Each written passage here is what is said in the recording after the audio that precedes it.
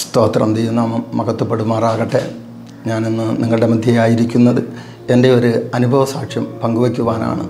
എൻ്റെ അനുഭവ സാക്ഷ്യം എന്ന് പറഞ്ഞാൽ ഞാനിന്ന് ജീവനോടിരിക്കുന്നതാണ് ഏറ്റവും വലിയ സാക്ഷ്യം. എന്തുകൊണ്ടെന്ന് ചോദിച്ചാൽ 4 വട്ടം മരണത്തിലൂടെ കടന്നുപോയിട്ടും അതിൽ നിന്നെല്ലാം ദൈവം എന്നെ വീണ്ടെടുത്തതുകൊണ്ട് ഞാനിന്ന് ജീവനോടെ നിങ്ങളുടെ മധ്യയായിരിക്കുകയാണ്. അതിനും അപ്പുറമായി പറഞ്ഞാൽ ഞാനൊരു ഹൈന്ദവ കുടുംബത്തിൽ ജനിച്ച് വളർത്തപ്പെടുകയും ഒപ്പം ഒരു ക്ഷേത്രത്തിൻ്റെ പൂജാരിയുമായിരുന്നു. എൻ്റെ സ്ഥലമെന്ന് പറയുന്നത് തിരുവനന്തപുരം ഡിസ്ട്രിക്റ്റിൽ പുത്തൻകാവുള എന്ന് പറയുന്ന സ്ഥലത്താണ്. പുത്തൻകാവുള എന്ന് പേര് വരുവാൻ കാരണമായി തീർന്നൊരു കാവ് ഞങ്ങൾക്ക് സ്വന്തമായി ഉണ്ട്. എൻ്റെ പേര് സൈലൻ എന്നാണ്. എൻ്റെ വൈഫിൻ്റെ പേര് ശൈലജ എന്നാണ്. ശൈലജയുടെ സ്ഥലം മണ്ണടിക്കോണം, എൻ്റെ സ്ഥലം പുത്തൻകാവുള.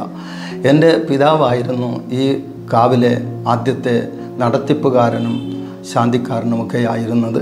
എന്നാൽ എൻ്റെ പിതാവിനോട് ചേർന്ന് എൻ്റെ ഒരു മാമനും കൂടെയാണ് ഈ ബലികർമ്മങ്ങളൊക്കെ നടത്തിപ്പോകുന്നത്. അന്ന് കൊടുത്തു പോകുന്ന പൂജയുടെ പേരിങ്ങനെയാണ്, കൊടുതി എന്നാണ് ഞങ്ങൾ പറയാറുള്ളത്. അത് വർഷത്തിൽ ഒരു ദിവസം ആട്, കോഴി ഒക്കെ വെട്ടി ബലി കൊടുത്താണ് ആ പൂജ നടത്തുന്നത്. വാദ്യഘോഷങ്ങളോടുകൂടെയാണ്, വളരെ പണച്ചിലവുള്ള പൂജയാണ് നടത്തിപ്പോരുന്നത്. എൻ്റെ ഒരു അമ്മാവനും എൻ്റെ പിതാവുമായിട്ടാണ് അവിടുത്തെ പൂജാ കാര്യങ്ങളെല്ലാം നടത്തിപ്പോന്നുകൊണ്ടിരുന്നത്.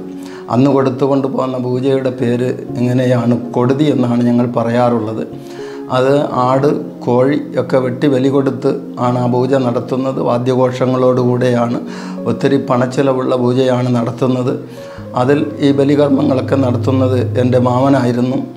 അങ്ങനെ എൻ്റെ പിതാവും മാമനും ചേർന്ന് ഈ പൂജ കാര്യങ്ങളെല്ലാം സ്വന്തമായി നടത്തിപ്പോന്നുകൊണ്ടിരിക്കവേ തന്നെ ഒരു ദിവസം രാത്രിയിൽ ഉറങ്ങുവാൻ കിടന്ന പിതാവ് രാവിലെ എഴുന്നേൽക്കുവാൻ കഴിയാതെ വണ്ണം കൈകാലുകൾ കുഴഞ്ഞു വീഴുകയുണ്ടായി.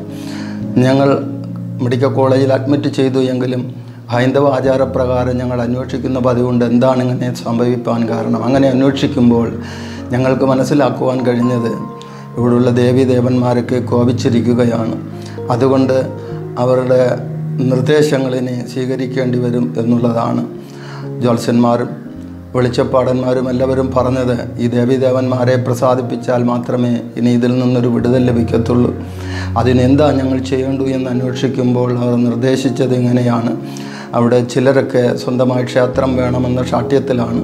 അതുകൊണ്ട് അവർക്ക് നിങ്ങളൊരു ക്ഷേത്രം പണിതു കൊടുക്കണം, വളരെ പണച്ചിലവുള്ള ചില പൂജാകർമ്മങ്ങളൊക്കെ അവിടെ നടത്തേണ്ടി വരും എന്നൊക്കെ പറയുകയുണ്ടായി. എങ്കിലും എൻ്റെ പിതാവിൻ്റെ രോഗസൗഖ്യം ഞങ്ങൾക്ക് അത്യാവശ്യമായിരുന്നത് കൊണ്ട് ഞാൻ പറയുകയുണ്ടായി, ഈ കാര്യങ്ങളെല്ലാം ഞങ്ങളതുപോലെ ചെയ്തു കൊള്ളാം എന്ന് പറയുകയും അങ്ങനെ ഞങ്ങളവിടെ ഒരു ക്ഷേത്രം പണിയുകയും ചെയ്തു. ആ ക്ഷേത്രത്തിൻ്റേതായ പണി നടന്നു. അതിൻ്റെ പ്രതിഷ്ഠാ ദിവസത്തിൽ ഞങ്ങൾ മറ്റൊരു പൂജാരിയെ വിളിച്ചു. അതിൻ്റെ പ്രതിഷ്ഠാധർമ്മങ്ങളൊക്കെ നടത്തുകയും പിന്നെ ആ പൂജാരി പറഞ്ഞത്, നിങ്ങളിപ്പോൾ വർഷത്തിൽ ഒരു ദിവസം കൊടുക്കുന്ന പൂജ പോരാ, എല്ലാ മാസവും പൂജ കൊടുക്കണം. വർഷത്തിൽ ഒരു ദിവസം നിങ്ങൾ കൊടുത്തു വരുന്ന അത് വർഷത്തിൻ്റേതായ പൗർണമി പൂജ നിങ്ങൾ നടത്തണം. ആ പൗർണമി പൂജ വർഷത്തിൽ ഒരു ദിവസമാണെങ്കിലും എല്ലാ മാസവും ഇത് കൊടുക്കണം എന്ന് പറയുകയുണ്ടായി. ഞങ്ങളത് സമ്മതിക്കുകയും അങ്ങനെ പൂജാരിയെ കൊണ്ട് അവിടെ എല്ലാ മാസവും പൂജ കൊടുക്കുവാനും ഞങ്ങൾ തയ്യാറായി. പൂജാരി വന്ന് കാര്യങ്ങളൊക്കെ നടത്തി അത് അവർ കടന്നു പോകും. എൻ്റെ പിതാവ് തളർവാദ രോഗിയാണ്. എൻ്റെ പിതാവിന് ചികിത്സയ്ക്കേറെ പണച്ചിലവുണ്ട്. അതിനു പുറമെ വർഷത്തിൽ ഒരു പൂജ കൊടുത്തു പോകുന്ന ഞങ്ങൾക്ക് എല്ലാ മാസവും പൂജ കൊടുക്കേണ്ടതായി വന്നതുകൊണ്ട് വളരെ ബാധിച്ചൊരു ബാധ്യതയായിരുന്നു. എങ്കിലും സന്തോഷത്തോടെ ഞങ്ങളത് നടത്തിപ്പോന്നു. വർഷങ്ങൾ ഏറെ പിന്നിട്ടതിന് ശേഷവും എൻ്റെ പിതാവിന് രോഗത്തിൽ നിന്ന് ഒരു വിടുതലും കാണുവാൻ കഴിയുന്നില്ല.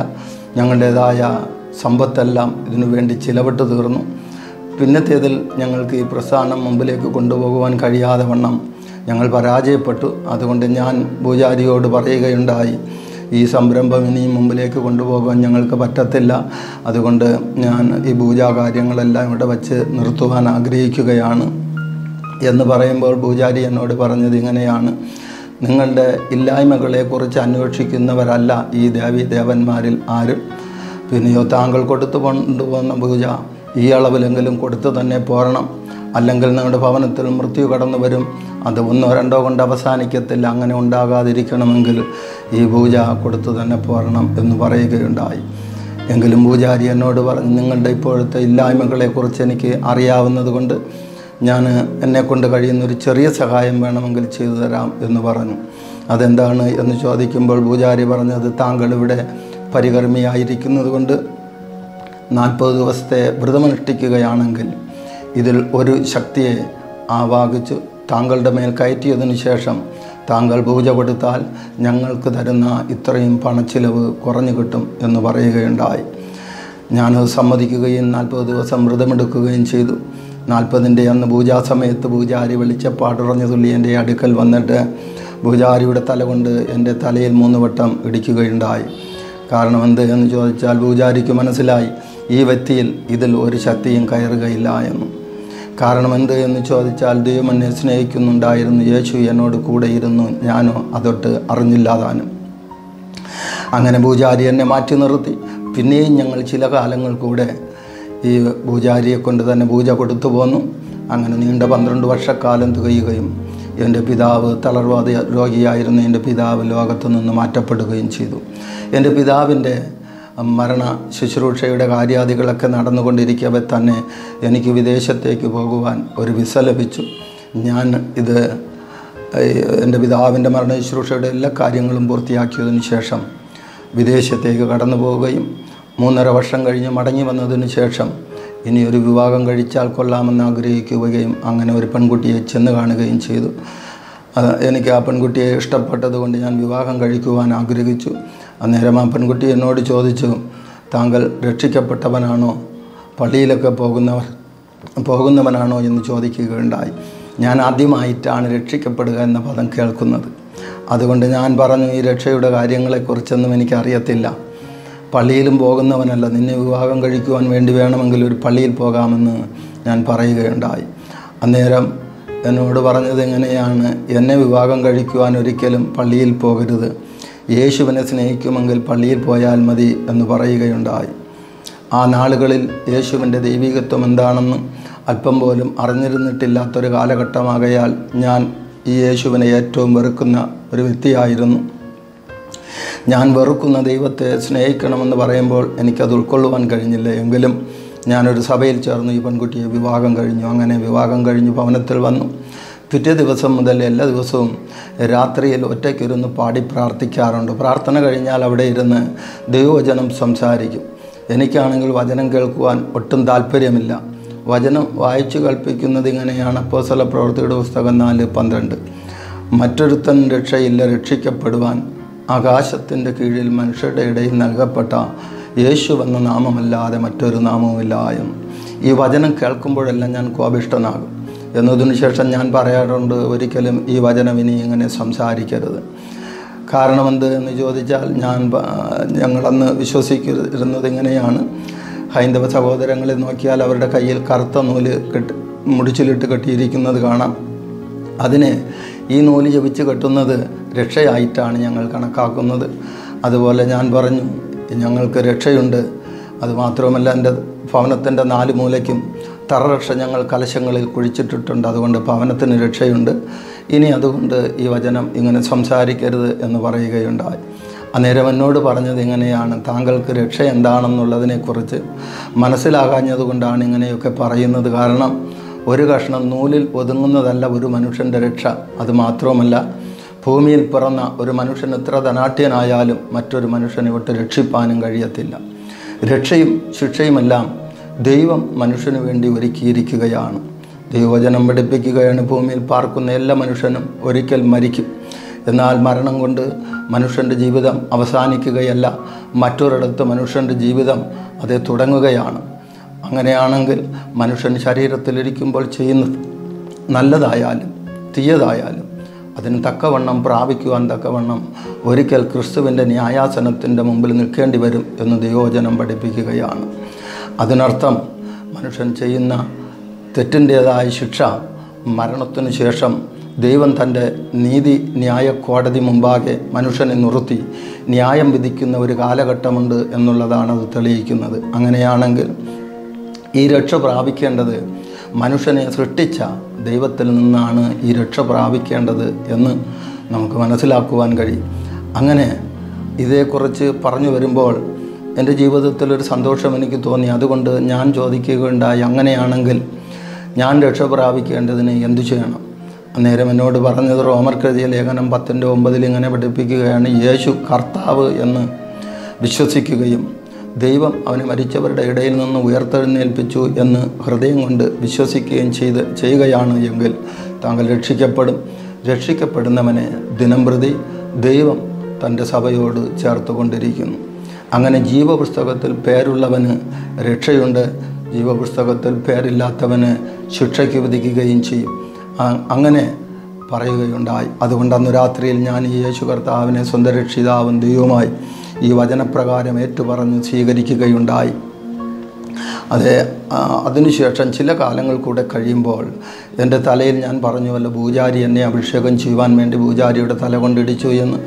ആ ഭാഗത്ത് ഒരു ചെറിയ കട്ടി പോലെ കിടപ്പുണ്ടായിരുന്നു. ഇത് വർഷങ്ങൾ ഇപ്പോൾ ഏറെ പിന്നിട്ടതിന് ശേഷം യേശു കർത്താവിനെ രക്ഷിതാവും ദൈവവുമായി സ്വീകരിച്ചു ചില കാലങ്ങൾ കഴിയുമ്പോൾ ഈ കട്ടി വളർന്നു വലുതായി. ഞാനതിനെ കാരക്കോണം മെഡിക്കൽ കോളേജിൽ കൊണ്ടുചെന്നു ഓപ്പറേഷൻ ചെയ്യുകയും ആ ഓപ്പറേഷൻ കഴിഞ്ഞ് ഭവനത്തിൽ വരികയും ചെയ്തു. അന്ന് ആ പകൽക്കാലം തന്നെ എൻ്റെ ശരീരത്തിന് ഭയങ്കരമായ വേദനയും എൻ്റെ ശരീരത്തിൽ ആസകലം നീരും വ്യാപരിക്കുകയുണ്ടായി. എങ്കിലും അന്ന് ഒരു രാത്രി കൂടെ കഴിച്ച് കൂടുകയും പിറ്റേ ദിവസം പിന്നെയും എന്നെ കാരക്കോണം മെഡിക്കൽ കോളേജിൽ അഡ്മിറ്റ് ചെയ്യുകയും ചെയ്തു.